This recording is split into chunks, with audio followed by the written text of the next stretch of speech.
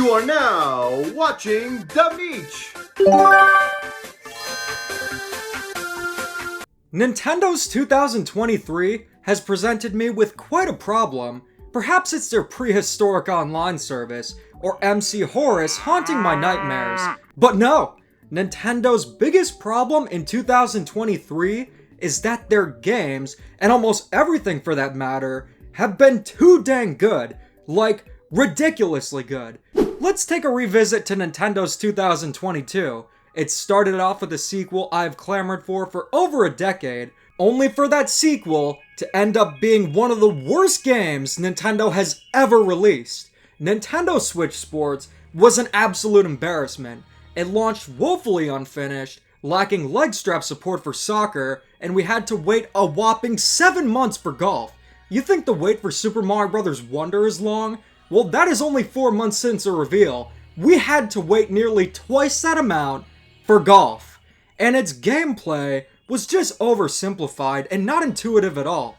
To top everything off, the Miis were replaced with the dumb-looking Sportsmates. What a fail. We wouldn't have to wait much longer for yet another kick to the face. The long-awaited Mario Strikers Battle League, released after nearly 15 years, only for it to have just one mode, one stadium, and just 16 characters after the updates were done. Easily the most disappointing Mario game, and one of the absolute worst in the series. And to think, this was the hill the Bluebird Circus was willing to die on. I'm willing to bet you they don't even play the game anymore. To end off 2022's unholy trinity, we got Pokemon Scarlet and Violet. Whether it was Nintendo or Game Freak or the Pokemon Company, I couldn't give a Rattata's ass. The real problem wasn't who to blame, because everyone who approved of it, even Nintendo, deserved to be called out. It was so unbelievably broken and just absolutely atrocious that it made me never want to play a modern Pokemon game again. And even going back to the classics just left a tiny bit of, yeah, this series has no hope. Honestly, while Pokemon isn't directly developed by Nintendo, it had me very scared about the future of them. If they were more than willing to approve releasing Scarlet and Violet, let alone releasing a special edition OLED Switch alongside it, what's to say other games wouldn't end up as bad? 2022 did have some great games, but those 3 blunders really stood out. But 2023? Since the very start of the year, it has been a complete 180. The remakes like Metroid Prime Remastered and Kirby's Return to Dreamland Deluxe have been incredible, and although I was initially worried about The Legend of Zelda Tears of the Kingdom, it turned out to be an absolutely worthy sequel. Don't even get me started on Pikmin 4. If I could marry a game, Pikmin 4 would be up high, and this year keeps on getting better and better with many new games, most notably Super Mario Bros. Wonder, the true evolution and creative return to 2D Mario, and even next year is looking rock solid.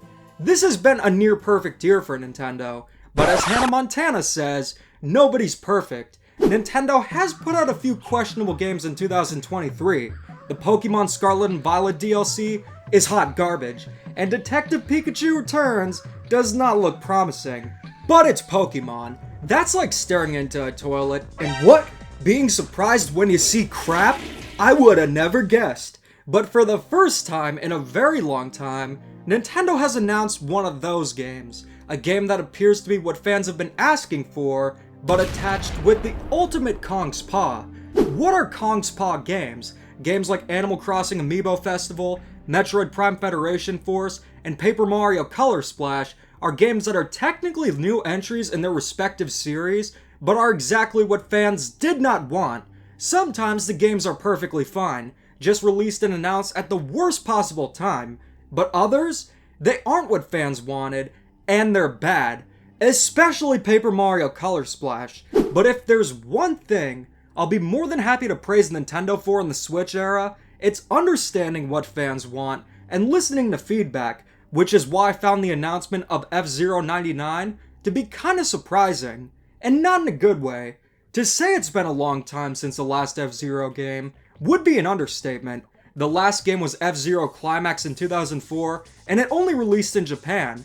F-Zero GX was the last console release, all the way back in 2003. I guarantee some of you might not have ever experienced a new F-Zero game release in your lifetime, Heck, I barely have. When F-Zero GX released, I was a toddler rotting my brain with Teletubbies before video games. It wouldn't be until years later, when I started gaming. But despite that, F-Zero is one of my absolute favorite Nintendo franchises. The Wii was awesome, it was fully backwards compatible with GameCube, and had the Virtual Console, so I did grow up playing many classic Nintendo games. My first experience with F-Zero is the most insane you could ever imagine. Out of all the games, my first F-Zero game was the legendary F-Zero AX, the elusive arcade version of F-Zero GX. It had the moving seat, and it truly felt like an amusement park ride mixed with an intense video game. I loved it so much that I was thrilled being able to play it at home with F-Zero GX. If you haven't played it, F-Zero GX is one of the most intense games you can ever play. It's lightning fast, and it can get very difficult. But once you get the hang of it, it is such an exhilarating experience unlike any other game. Even if a new F-Zero wasn't made, a remake of F-Zero GX is something I've been wanting. Could you imagine the intense high-speed gameplay of GX, but in glorious HD, remade to look even more futuristic and modern? Well, I guess we can keep imagining, considering that we did not get that. Instead, we got a sort of reimagining of the original on Super Nintendo, but with a Battle Royale gimmick. To understand a bit of the context, it's important bringing this up. F-Zero 99 was leaked by the Red Bird himself beforehand, so we knew it was coming, but if we didn't know about it beforehand, I guarantee you the reaction would be much nastier. 2 decades and this is what F-Zero gets? That's a good enough reason to be disappointed. But here, we're doing something different. Putting aside the circumstances of a 2-decade-long wait, can F-Zero 99 stand up on its own? Maybe it's a case of, if you ignore the circumstances, then it's amazing! I was opposed to the concept of F-Zero 99 for many reasons, but after playing it, there is a lot more to the story. Is F-Zero 99 on the levels of tone deaf like Paper Mario Color Splash and Metroid Prime Federation Force? Is it bad? And most importantly, could this game maybe satisfy the 2-decade-long craving for a new F-Zero? F-Zero 99 is a remake of the original F-Zero that released all the way back in 1991 on the Super Nintendo. Very similar to that of other 99 games. It still absolutely reeks that Super Mario Bros. 35 is no more, but believe it or not, that wasn't a port or modification of Super Mario Bros. It was a full-on remake with some new mechanics and features, but considering the game looked identical, and even kept that classic 4:3 aspect ratio, it pretty much was a 1-to-1 remake. But F-Zero 99 excels even further, considering that it not only introduces new mechanics, but is in widescreen and has improved controls. The thing with Super Nintendo racing games, and to an extent Game Boy Advance racing games as well, is that they often age poorly. Almost as poorly as Donatella Versace. Mode 7 was impressive at the time, but considering there's a lack of depth perception, the controls will often take time to get used to, especially if you started off playing 3D racing games like Mario Kart DS. Try going back to Super Mario Kart after playing Mario Kart 8 Deluxe, and I'll guarantee you, you'll either be thrown off by the controls, or the fact that Donkey Kong Jr. is a playable character. But in F-Zero 99, the controls feel nice and were improved to feel like a more modern racing game. But if you want to play it old school, you can use a Super Nintendo controller for the Switch to play it, though I do prefer using analog sticks for racing games, even retro ones. Part of the reason why I was so opposed to F-Zero 99 is because I assumed it would be a 1-to-1 recreation of the original on Super Nintendo. I understand the significance and legacy of games like Star Fox and F-Zero, but I also understand the significance and legacy of cassette players, black and white televisions, 1943 zinc pennies, and food ration cards. Even though they were revolutionary, that doesn't mean I want to go back to them. I will say, most Super Nintendo games have aged quite well. The ones that haven't were the ones that attempt to be 3D. But shockingly enough, F-Zero 99 remakes the original F-Zero and adapts it to play more like a modern racing game, and this is especially apparent with the gameplay itself. F-Zero 99 is at its core a racing game. Your goal is to get first place, or in this case, top 25 or 10 is a more obtainable goal, but this time around, you're put against 98 other players. F-Zero has always had many opponents on the track at once, so for a battle royale game, it makes a lot of sense. But how is the execution? The first few times I played F-Zero 99, I found it to be quite chaotic, and the thing is, yeah, it's going to be chaotic. But that isn't a bad thing. It's a part of the game you'll need to learn how to manage. One of the aspects I love about F-Zero is how much skill is involved. Unlike Mario Kart, which is more casual friendly and has a heavy element of luck, F-Zero is more skill based. There is a slight element of luck, but the more you play the game, the better you'll become. And the satisfaction of placing higher because you have applied skills that you've learned is one of the most rewarding experiences in F-Zero. My favorite F-Zero game is F-Zero GX, and the element of building skill is absolutely present in F-Zero 99, just like it was in that game. There are 4 machines to choose from. The Blue Falcon is the all-arounder, the Golden Fox can accelerate the fastest, the Wild Goose is the most durable, and the Fire Stingray is the fastest, but recommended only for advanced players. I personally choose the Blue Falcon most of the time, and it's a good machine to start with. Though I will say, considering you can customize the look of your machine, it's pretty funny making the Blue Falcon red or any other color. They really should just call it the Falcon, but I get it's for recognition. You gotta treat people with a level of tolerance and respect regardless of what machine they use. I happen to use the Blue Falcon, I'm just a Blue Falcon man. But regardless, the machine you choose is really up to what strategy you apply. The main gameplay of F-Zero 99 consists of developing strategy to rank high, managing speed, and managing risks versus reward. To gain extra speed, you can boost. However, your health meter is also the boost meter, and if that runs out, you're done for. That's it. And you'll really have to think, should I take the risk hoping to rank higher? Am I content with the top 25?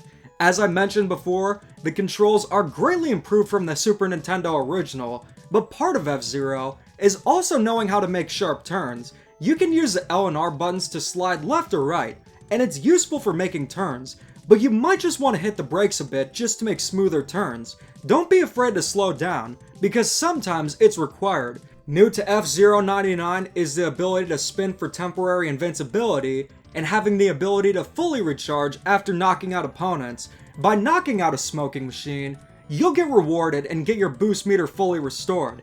As you rank higher and level up, the amount of smoking machines you'll encounter gets lower considering better players are ranked higher and are better at the game.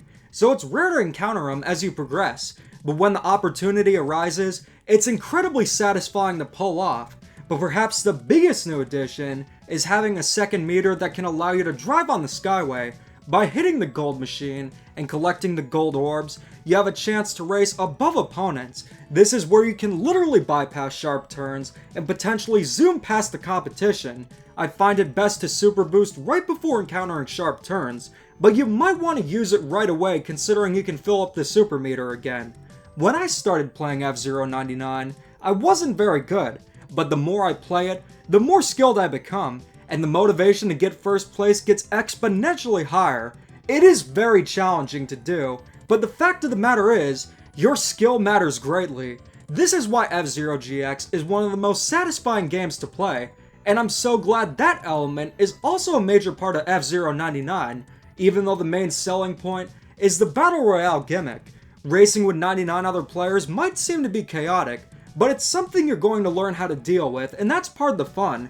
But considering this is a Nintendo Switch Online game, the dreaded input lag and connectivity issues would be a major concern. But surprisingly and thankfully, F-Zero 99 has been consistent and an incredibly smooth experience. There's no lag whatsoever, and I've only encountered 2 connection issues through my playthrough, and they weren't even a big deal. If it can't connect during a race, you just go back to the menu and go to the lobby to join again. And from there, it is smooth sailing. Nintendo Switch Online is so weird. Some games like Mario Kart 8 Deluxe are nearly perfect online, whereas Super Smash Bros. Ultimate and Super Mario Maker 2 are virtually unplayable, but I'm happy to say F-Zero 99 is definitely on the caliber of Mario Kart 8 Deluxe, and is one of the best online experiences I've had on the Switch.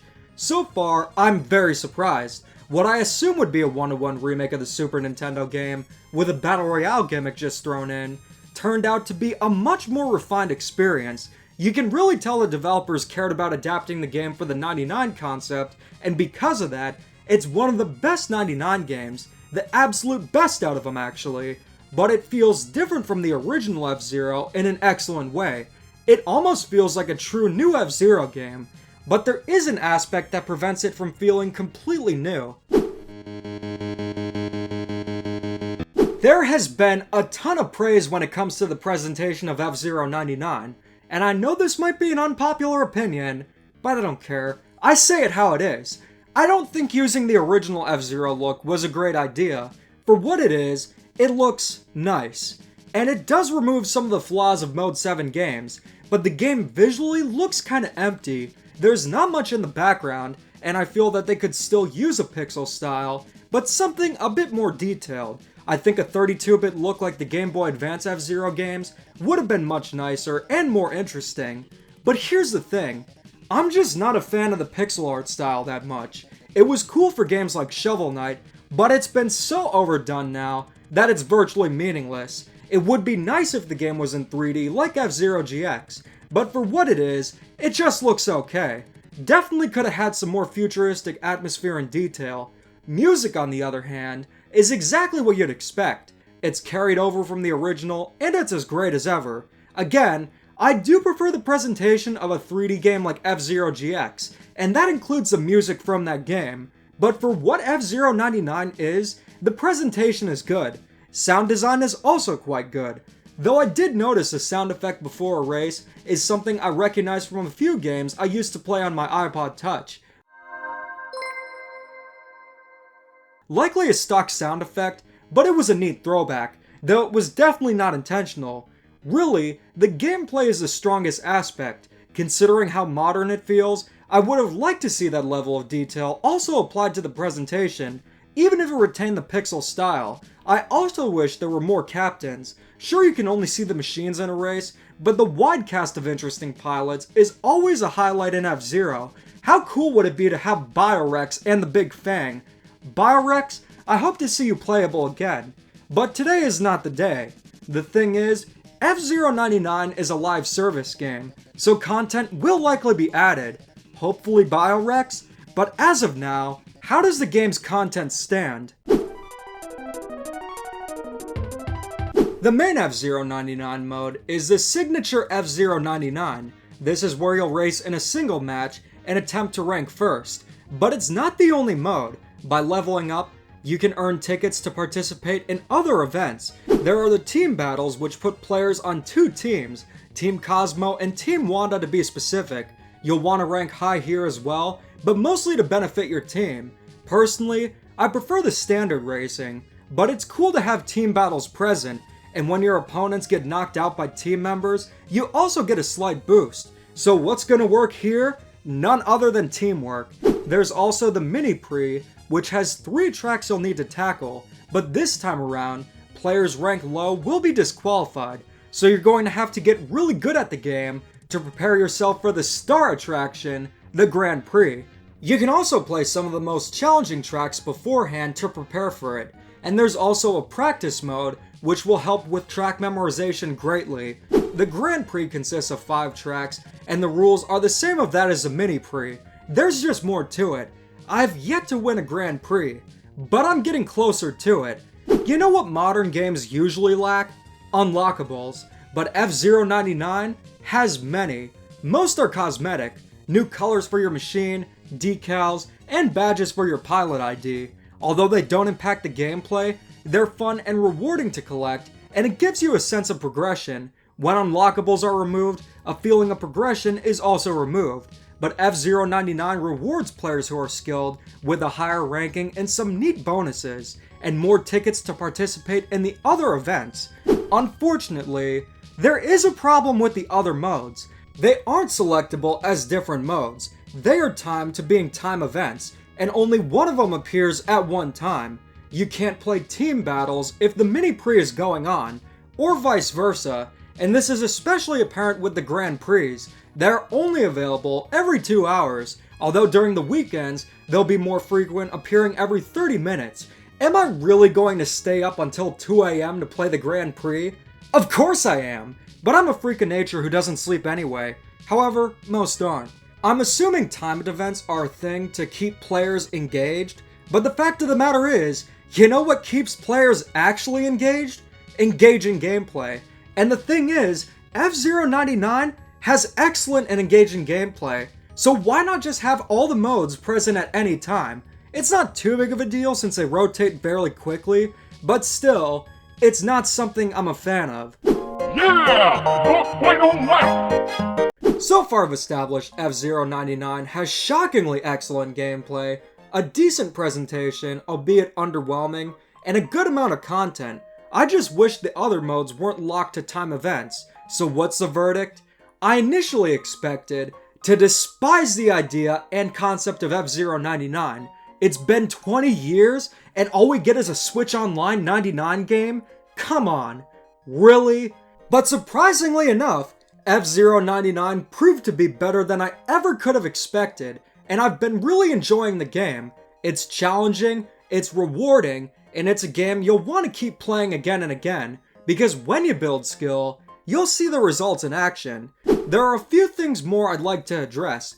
I've been very outspoken against the ideas of 99 games. Usually Nintendo pulls the plug too quickly, specifically with Super Mario Bros. 35 and Pac-Man 99. Why get good at the game when they'll be out of service sooner than later? And I'm a bit concerned that could be the case with F-Zero 99 as well, but considering how popular the game is, I think it'll last longer. What I'm hoping for is a physical release like Tetris 99 got, so the game is preserved and playable forever. Even if the online goes down, it still would be really fun even with CPU opponents. And it does appear it will be getting additional content, specifically elements from the Satellaview F-Zero games. That is really cool. I'm hoping we see additional tracks, perhaps ones even from F-Zero Climax. New pilots would be excellent as well, specifically Biorex. As long as new content is substantial and frequent enough, I think the future is bright for F-Zero 99. I can't believe I'm saying this, but F-Zero 99 gets the ranking of treasure. It's an unexpectedly engaging and great game, and my first impressions were indeed wrong. Usually, I can tell if I'm not going to like a game.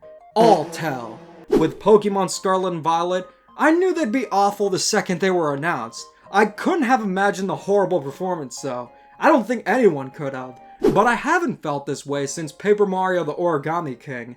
And honestly, I love being proven wrong in those cases. It's nice when a game I find questionable turns out to be good, or even great. I think it's time to replace a slight error I made. Now the thing is, F-Zero 99 is still technically one of the weaker games Nintendo has put out this year, but the thing is, it is going up against The Legend of Zelda Tears of the Kingdom, and Pikmin 4, and Super Mario Bros. Wonder. It really goes to show just how incredible of a year this has been. But here's the other thing. Do I consider F-Zero 99 to be the triumphant return of the series, and is it truly as tone-deaf as something like Paper Mario Color Splash or Metroid Prime Federation Force? In terms of F-Zero returning after a 2-decade-long hiatus, I can confidently say that F-Zero 99, while it went beyond expectations, I still would vastly prefer something like a successor to F-Zero GX, or even a remake of that game. But here's the thing. While I do think F-Zero 99 would have fared better as a complementary game to a full-on new F-Zero or F-Zero GX remake, this is absolutely not on the caliber of Paper Mario Color Splash or Metroid Prime Federation Force. Not even close. F-Zero 99 was developed by Nintendo Software Technology, a North American division of Nintendo, who are also working on the Mario vs. Donkey Kong remake. And this is their first new game since Mini Mario and Friends Amiibo Challenge. This is not a replacement for full-on Switch F-Zero, whereas with Paper Mario Color Splash, that was it for Paper Mario. There would be not another Wii U Paper Mario game. You get what you get, and it's okay to have a fit because the game's freaking terrible. No resources are being used that could have gone towards a major Switch F-Zero. Sure, the timing wasn't great, but it isn't the game's fault. And unlike Paper Mario Color Splash, F-Zero 99 does have a lot what I love about the series, and it still feels like an F-Zero game, even with its new mechanics. And finally, I've seen the argument, oh, Nintendo just released this to test out the waters, because they don't know if there's demand for a new F-Zero. The last F-Zero games released before social media, and when the internet was still in its infancy, they can easily go online and see that there is indeed demand for a new F-Zero, and considering how their marketing has improved greatly, a new one could do very well. It worked for Pikmin 4, and it definitely could here. It's the same thing that applies to the argument like, people didn't like Mario Strikers Battle League, so Nintendo is going to take that as people just don't like Mario Strikers, and will never make a new one again. No, people didn't like it because Battle League was hot garbage, not the series as a whole. Nintendo knows that, they know exactly what the criticisms are, and will often address them. Did we never get a new 2D Mario because people didn't like New Super Mario Bros? No, we're getting Super Mario Bros. Wonder. Nintendo are not cavemen. Nintendo is pretty smart, a bit wild and crazy with some ideas, but still rather intelligent. If you haven't checked it out, I'd highly recommend playing F-Zero 99. Even if you were hesitant towards it before like I was, it's well worth playing, and went beyond my expectations. But in the meantime, here's to hoping for a bright future for F-Zero. So what do you guys think? Let me know in the comments, and keep calm and dada on. F-Zero TV.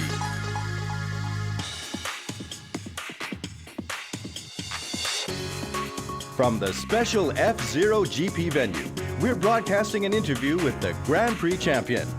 Okay then, I'd like to ask you something. A message for all your TV fans out there? Dinosaurs were on this planet long before the humans came along. The Earth belongs to us. Thank you for the interview. That's it, everyone. We'll see you at the next Grand Prix.